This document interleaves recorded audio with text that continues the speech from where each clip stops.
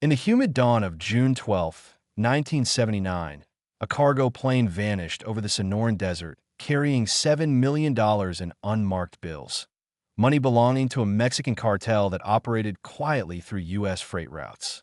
For a decade, there was no wreck, no bodies, no answers. Until one scorching summer morning in 1989, a rusted fragment of metal was found half buried in the sand. What it revealed reopened one of the strangest and most dangerous unsolved crimes in aviation history. It began like any other delivery run. Flight C-79 was a small twin-engine cargo plane registered to a shell company in El Paso called Horizon Freight Lines. Officially, the flight was carrying spare parts and canned food bound for a ranch in northern Mexico.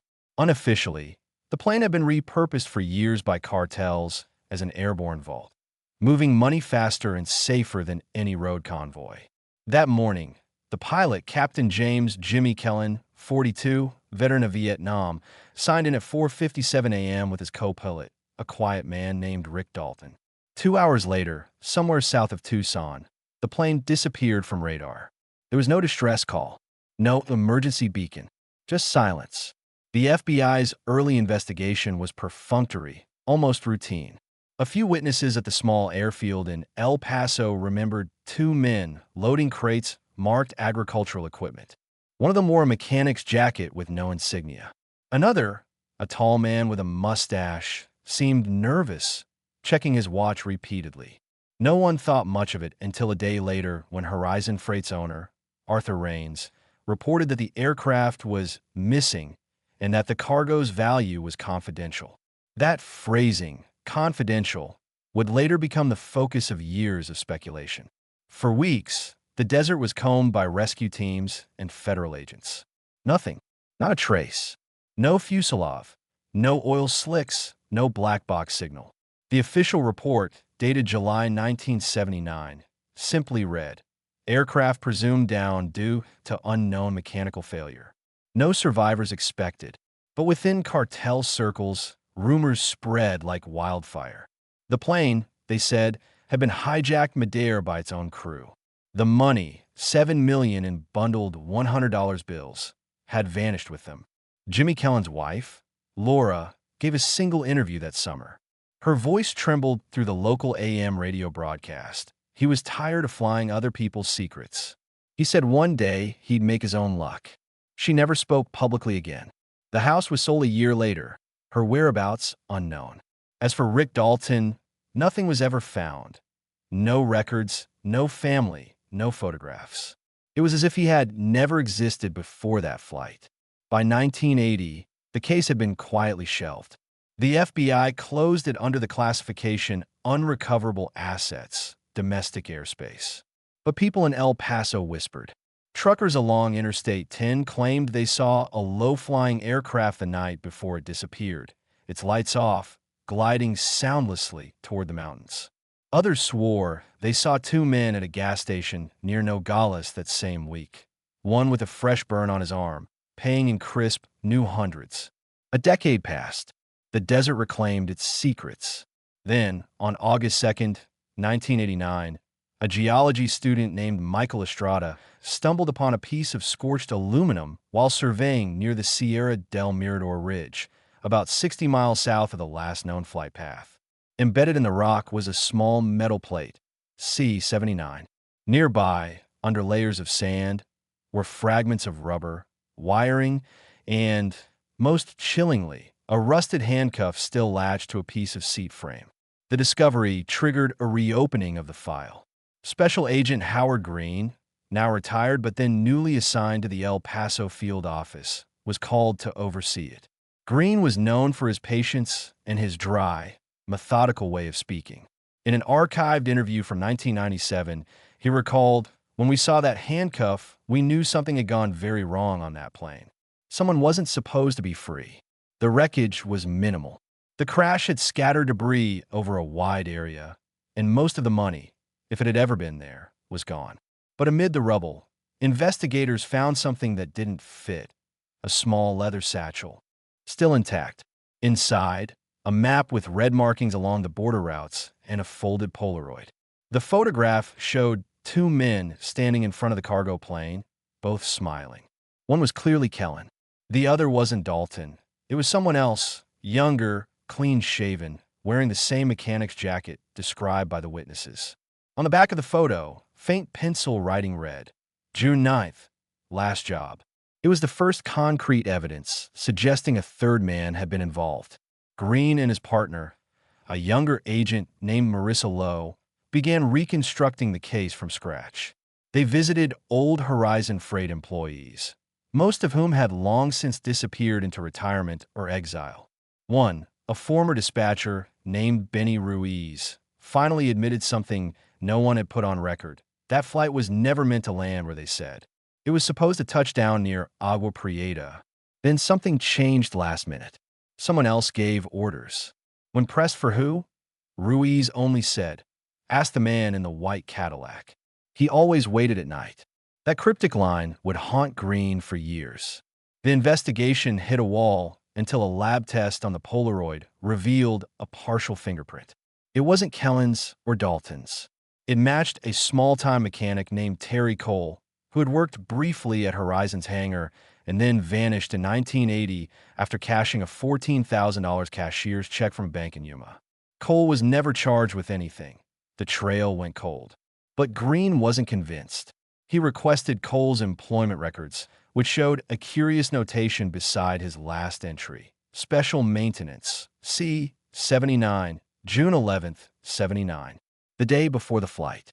By late autumn 1989, Green and Lowe had pieced together a theory that chilled even seasoned investigators. The hijacking hadn't been spontaneous. It was an inside job. Kellen and Cole had planned it for months, swapping flight routes, disabling the transponder, and timing the radar blackout between civilian zones. The money, they believed, was stashed somewhere before the plane went down. But the crash site told a darker story. Among the recovered items was a melted wristwatch. Forensic examination revealed traces of blood on the strap belonging to two different individuals. DNA testing wasn't yet advanced enough to identify them, but Green suspected it meant one thing. There had been a struggle in the cockpit. Perhaps Dalton resisted. Perhaps he wasn't on at all. A partially burned flight log was also found, with one cryptic line visible through the smoke damage. Load secured.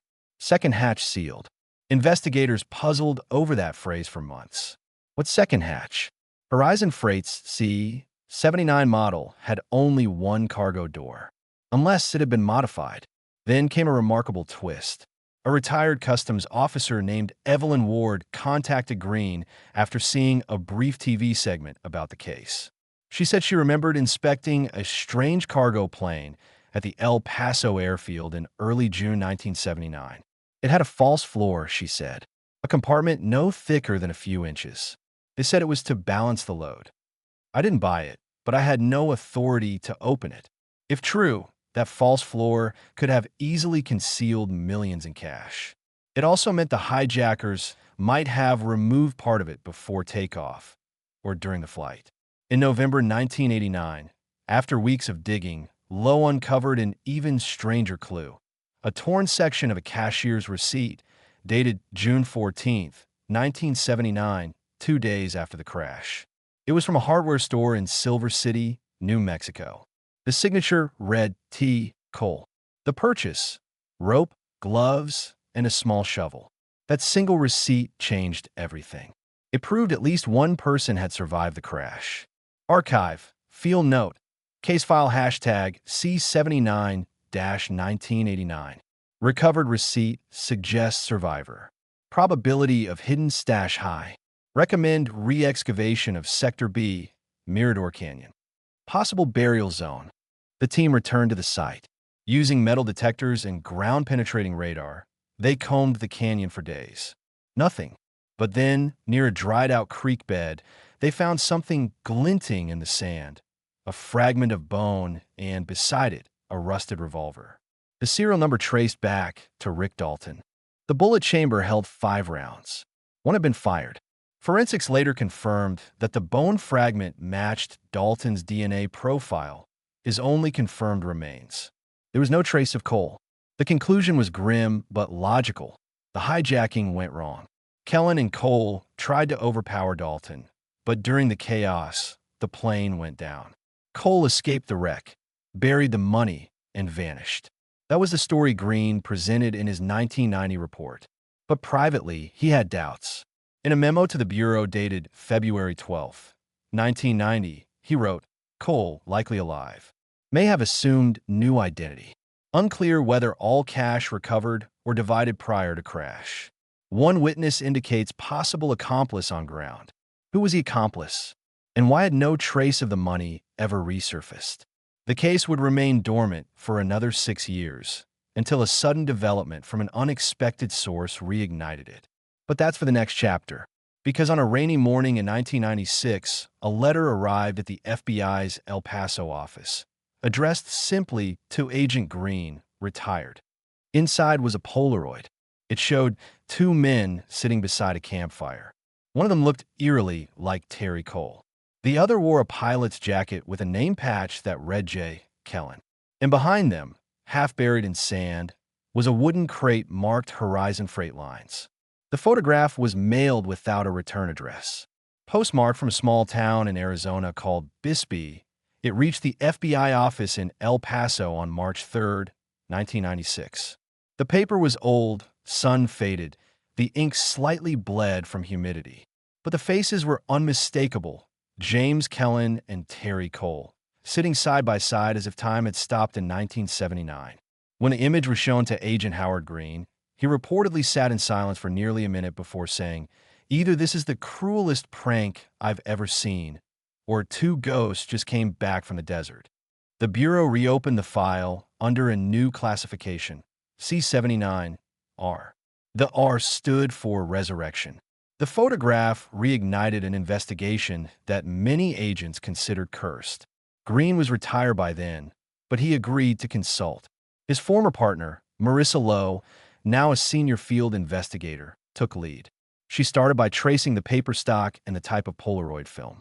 It was discontinued in 1983, meaning the photo had either been stored for years or developed from an old roll recently rediscovered.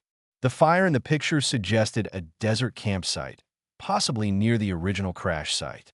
In the background, faintly visible beyond the sand dunes, was what looked like the outline of a canyon wall, the kind found only around Mirador Ridge.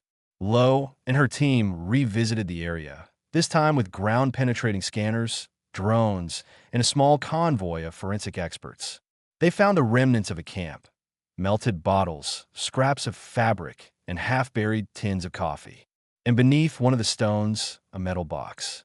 Inside were two things, a lighter engraved JK 75 and a folded map showing a route marked from El Paso to Mirador, then onward to a ghost town called Arivica Wells. The handwriting was shaky but legible. Final drop. Green recognized the signature instantly. It was Kellen's.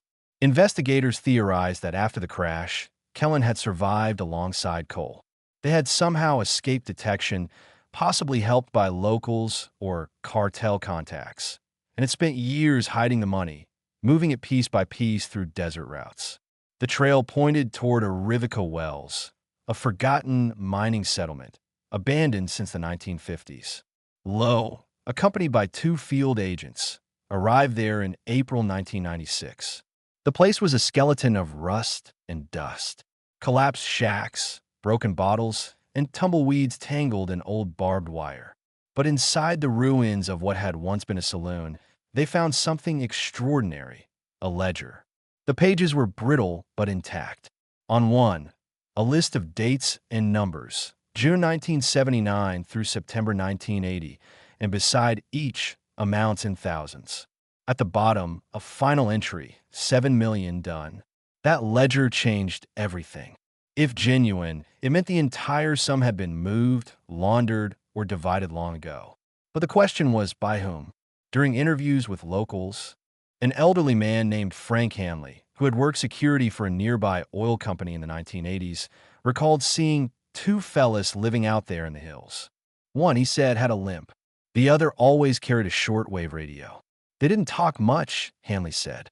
Paid cash for supplies. Always 20s, always crisp. Lowe asked if he could identify them. Hanley thought for a long time before replying. I only remember one thing clear. The older one had a pilot's watch. Said it stopped working the day the sky caught fire. Green later wrote in his notes, "That line broke me. The sky caught fire. That's what the crash must have looked like." The evidence piled up fast. A storage facility in Douglas, Arizona, yielded another surprise. Records showed that a unit rented in 1982 under the name James Kelly was still active, the payments made in cash every 6 months. When the FBI obtained a warrant and opened it, they found 3 oil drums, each filled with decaying canvas bags. Inside were stacks of $100 bills, most water-damaged, some fused together. Serial numbers confirmed they matched the missing cartel shipment. Estimated total recovered, $2.1 million. But the strange part wasn't the money. It was what else lay inside the drums. Old Polaroids, dozens of them. They showed desert landscapes, burned-out trucks, and, in some, men digging shallow pits. In one, Kellen stood beside Cole, both wearing makeshift masks made of torn shirts, their eyes hollow from sun and exhaustion. On the back of another, someone had scrawled, "Half is gone. They're coming. They're coming." Who were they? Cartel hunters? Police? Other thieves? Lowe's analysis suggested Kellen and Cole were pursued for months, possibly by cartel enforcers seeking to recover the stolen cash. That they might have been those men, but there was no record of cartel executions linked to the heist. No reports of recovered funds. Nothing. It was as if the story had been erased. Then, on June 19th, 1996, a man was found dead in a motel outside Nogales. No ID, no car, no fingerprints in the system. But his face, weathered, scarred, matched Terry Cole's police file almost perfectly. A scar on his left forearm, a missing molar, even the same tattoo of a wrench on his shoulder. Cause of death, heart failure, likely from dehydration and amphetamines.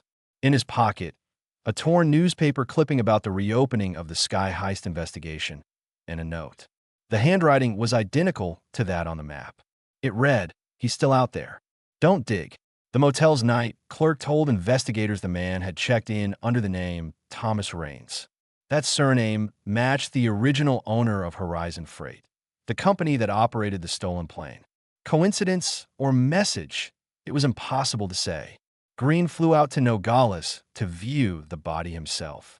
Standing over the coroner's table, he whispered, "So you finally came home, Terry." But even as he said it, something felt wrong. The fingerprints weren't a perfect match after all. 2 ridges off. Enough to raise doubt. Could have been someone pretending to be Cole? Or had Cole altered his prints, as criminals sometimes did? No one knew. The funeral was brief. No family claimed the body. The Bureau classified it as presumed deceased, T. Cole, and the file was closed for a second time. But Green, unsatisfied, kept a private archive at his home. In 2003, after retiring for good, he received a phone call from an anonymous number. The voice on the other end was raspy, calm, deliberate. "You still looking for the rest of it?" Green froze. "Who is this?" Silence. Then, "You won't find him. He's in the sky." Click. The call lasted 12 seconds. Phone records traced it to a payphone in Marfa, Texas. Local police found no witnesses, but at the booth, taped under the shelf, was a piece of metal, a small fragment stamped C-79. Green's wife later said he became obsessed afterward. He returned to the desert repeatedly, mapping coordinates, cross-referencing old flight routes. In his final field diary, found after his death in 2007, he wrote, "The money wasn't buried. It was moved by air. One more flight, maybe unmanned, maybe remote. Someone used the wreck as bait." His handwriting was shaky, almost feverish. It suggested a darker interpretation, that the crash had been staged all along. What if C-79 never truly crashed? What if the wreck found in Mirador was only part of the plane, deliberately planted to fool investigators and the cartel alike? It sounded far-fetched, but fragments of evidence supported it. The serial plate recovered from the crash didn't match the one registered for Horizon C-79. It was off by 1 digit. The Polaroid showing Kellen and Cole near the campfire might have been taken days or even weeks after the supposed crash. And if Cole's warning note was true, he's still out there. Then who was he? Lowe, who inherited Green's private notes, pursued this question into the 2010s.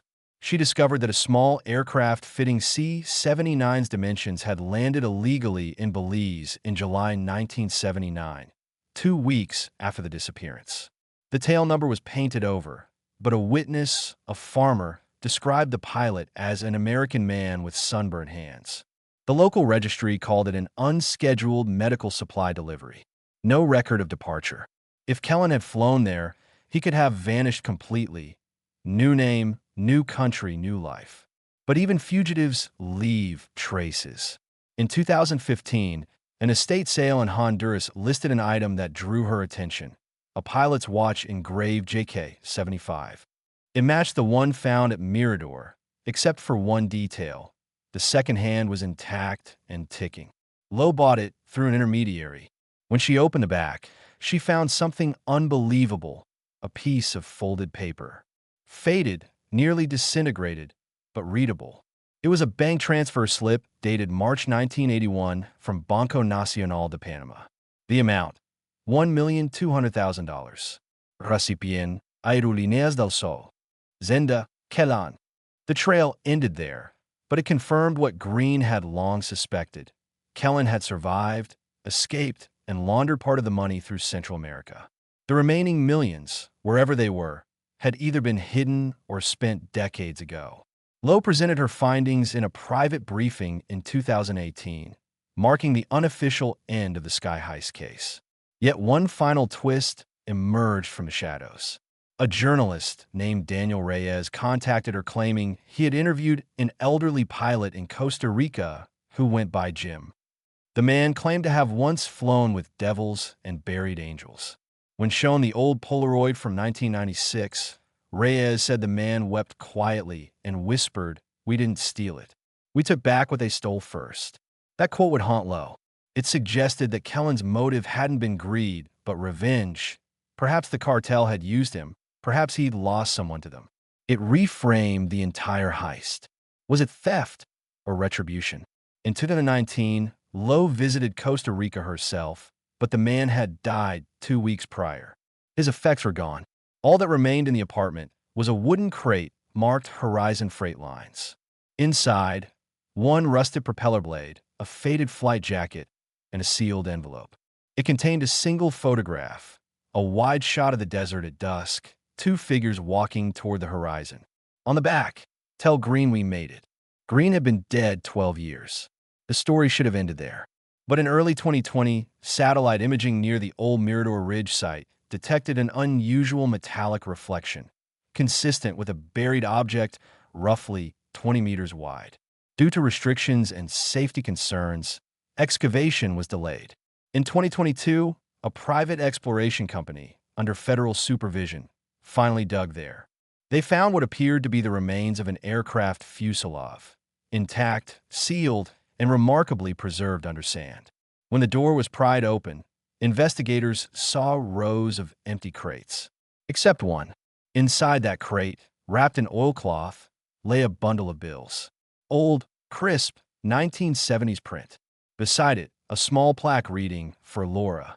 Laura Kellen, the pilot's wife, who had vanished after selling her home in 1980. Records showed she had resurfaced in Belize under a new name in 1982. She died in 1994 of natural causes, leaving behind no heirs and no bank records. But neighbors recalled a woman who always wore aviator sunglasses and spent hours staring at the sea. The plaque suggested Kellen had reached her. Maybe he had sent her the money. Maybe that was his final act, not a heist, but a homecoming. The official statement released by the FBI in 2023 was cautious. Remains recovered at the Mirador site indicate partial aircraft structure consistent with Horizon Flight C-79. Investigation concluded. No further suspects. Off record, one agent told a reporter, "We think he got away. The rest of the plane's still out there, somewhere over the border." The Sky Heist remains one of the most enigmatic cases in American crime history. A blend of greed, love, and vengeance lost to time and sand.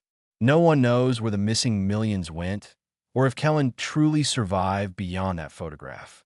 But locals near Mirador Ridge still tell stories of a low hum at night, like an engine turning over in the wind. They say if you listen long enough, you can hear a voice over the static, whispering coordinates that lead nowhere. And sometimes, when the moon is bright, a single light crosses the desert sky, steady, silent, and gone before you can blink. Maybe it's just a plane, or maybe it's C-79 still flying its endless circle, guarding its secret cargo, forever between heaven and earth. What do you think? Was justice ever served? Or did Kellen beat everyone in the end? Leave your thoughts in the comments below.